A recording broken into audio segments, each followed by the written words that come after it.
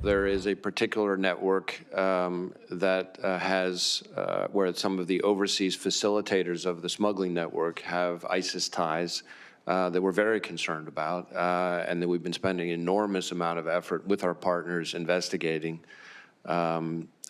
Exactly what that network is up to is something that's, again, the subject of our current investigation. But there is a network we're concerned about that has facilitators involved in it that have ties to ISIS and other terrorist organizations. Correct. That's not good. Well, now the FBI director, Chris Wray, sounding the alarm about potential terrorists crossing our border as he confirms a terrifying human smuggling operation has ties to ISIS. Former acting DHS Secretary Chad Wolf joins us right now. Chad, good morning to you. Good morning. So the 6 intel chiefs yesterday were testifying about worldwide threats. And you don't have to go very far. All you got to do is just go right down there to the border of Texas and Mexico, and that's a problem.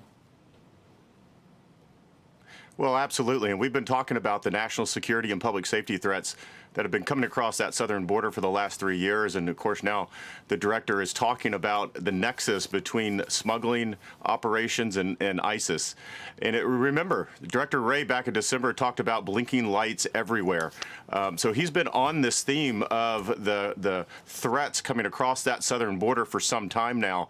And look, in my personal opinion, this is the closest or the most vulnerable that we've been since 9/11, given the number of threats that we are facing, specifically as it relates to that southern border.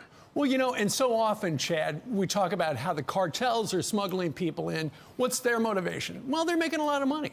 But what is the motivation of all of the smugglers? And where they were talking about the group, apparently it sounds like some Turkish smuggler with ties to ISIS. What's their motivation? Are they getting paid, or is it to try to get bad guys into the country? Well, that's a good question, and the answer is we're not sure. I think it's important to remember that there's been over 350 known or suspected terrorists that have been captured in the first three years of the Biden administration, and you compare that with just 11 over all 4 years of the Trump administration. And what that tells me is that individuals and groups from around the world believe that now is the time to take advantage of these lax policies along our southern border to get folks illegally into the country for any number of reasons. All right. We know it's a problem. We know it's a political liability for Joe Biden. We've heard he's going to take executive action. At least that's what we thought until yesterday. Watch this. Mr. President, when is an border executive action coming? An executive action on the border. Counting on the border action happening by itself. They're passing it. But Congress can't come to an agreement. Well, they haven't yet. They haven't yet. I'm helping them. Could that possibly be right? You know, it sounded a couple of weeks ago before the State of the Union that he was going to be announcing shortly some executive orders, much like Donald Trump had, to rein in the number of people who could come into the country. But now it sounds like he's just going to use it as essentially a hammer to knock the Republicans over the head, saying, hey, Republicans won't pass anything. Well, I got news for him. Nothing's going to happen before the election. So if he wants to stop it, he should do something.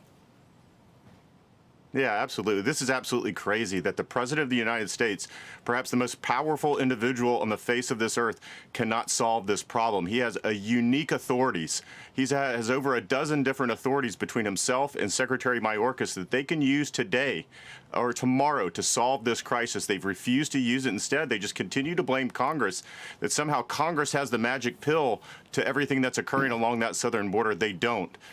He should take executive action. He should take and use the authorities that he has. And for any number of reasons, he just is choosing not to do that. And we continue to see this crisis spiral out of control. Well, all you got to do is play back what Chris Wray said yesterday in the White House. And it's like, hey, Mr. President, are you sure you don't want to do something? Listen to this. Well, let's see what he does. All right, Chad, thank you very much for joining us today from South Florida. All right, thank you. You bet. I'm Steve Ducey. I'm Brian Kilmeade. And I'm Ainsley Earhart. And click here to subscribe to the Fox News YouTube page to catch our hottest interviews and most compelling analysis.